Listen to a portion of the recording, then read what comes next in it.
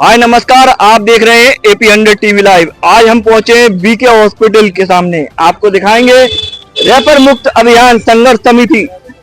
आपको समाज सेवी है सतीश चोपड़ा जी से जानेंगे। रेफर मुक्त में आप बैठे हो धरने पर, बरसात में के मौसम में बैठे हुए हैं और बारिश का मौसम है।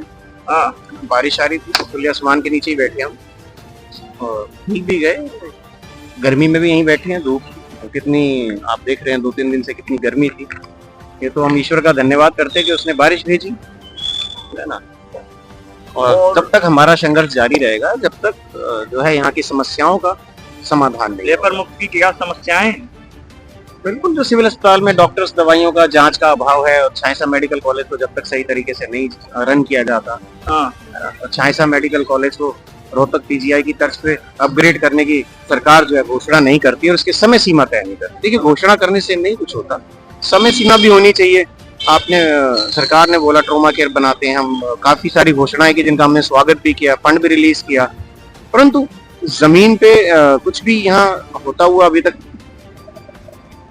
नजर नहीं है। कहीं ना कहीं आप ऐसे बचने के लिए हमने वो एक जो तिरपाल लगा रखा था, टेंट लगा रखा था, ठीक है।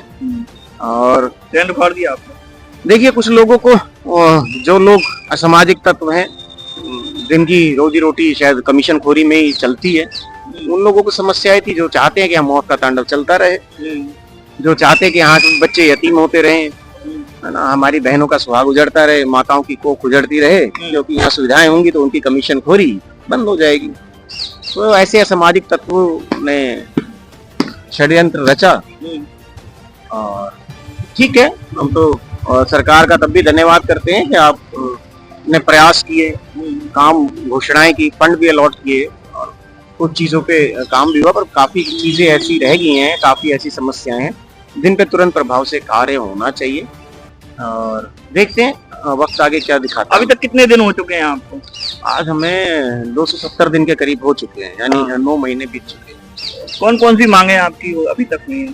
देखिए, मांगे सरकार ने काफी चीजों पे घोषणाएं की हैं, केंद्र ने भी की हैं, स्टेट ने भी की हैं, है ना, कि जैसे हर सिविल अस्पताल के अंदर कैंसर का इलाज उपलब्ध कराया जाएगा, हर तरह की जांच की जाएगी, और जितने नेशनल हाईवे के साथ जुड़े हुए जिले हैं, देखिए हमारे शहर से कई सारे नेशनल हाईवे गुजरते हैं, वहाँ ट्रोमा केयर और ट्रोमा सेंटर बनाया जाएगा। इन्होंने 10 बेड के ट्रोमा केयर की बात की, उसके लिए हमने दोबारा मांग पत्र दिया कि 26 लाख की आबादी है, इतने सारे नेशनल हाईवे हैं, और क्राइम रेट भी आप देखते हैं काफी ज्यादा, आपसी लड़ाई झगड़ों में भी जो है इंसान बहुत बुरे तरीके से घायल हो जाता है। तो ऐसी अवस्था में छत से गिर जाना, ऐसी अवस्था में ट्रोमा सेंटर जान बचाने का सबसे कारगर यूनिट होती है ना। और आप ट्रोमा केयर से तो काम नहीं चलेगा, आपको ट्रोमा सेंटर बनाना पड़ेगा, वो भी A ग्रेड का, ताकि यहाँ जो एक्सीडेंट में लोग मर जाते हैं, संसाधन के अभाव में जो मर जाते हैं, उनकी जो कीमती प्राणों की रक्षा की जा सके। और जो प्राइवेट अस्पताल में आम आदमी की जाने की मजबूरी बना रखी है आपने, बीके में आते हैं तो छोटी छोटी चीजों के लिए रेफर टू हायर सेंटर लिख के इतिश्री नहीं हो सकती, है ना। हम बार बार यही कहते आए हैं कि हम हरियाणा के नागरिक हैं, और दूसरा ये मूलभूत सुविधाएं तो हर व्यक्ति का अधिकार है।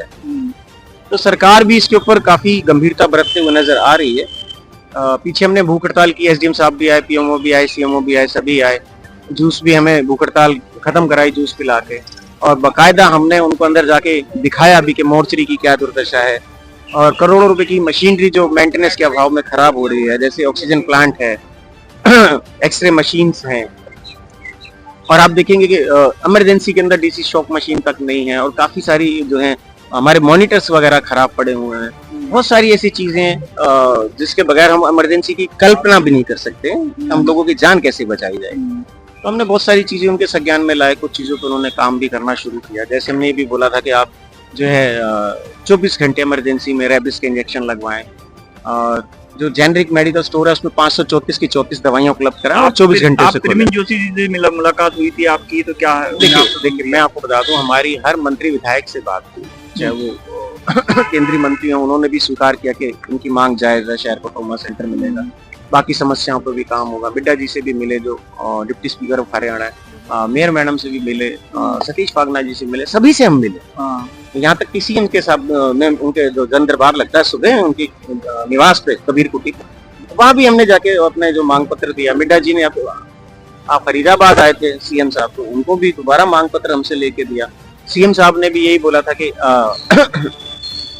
ये लोग इतने दिनों से क्यों बैठे हैं, इनकी क्या समस्या है और इन समस्याओं पे काम क्यों नहीं हो रहा। आप देख रहे थे AP 100 TV live, Dilip Kumar की खास रिपोर्ट।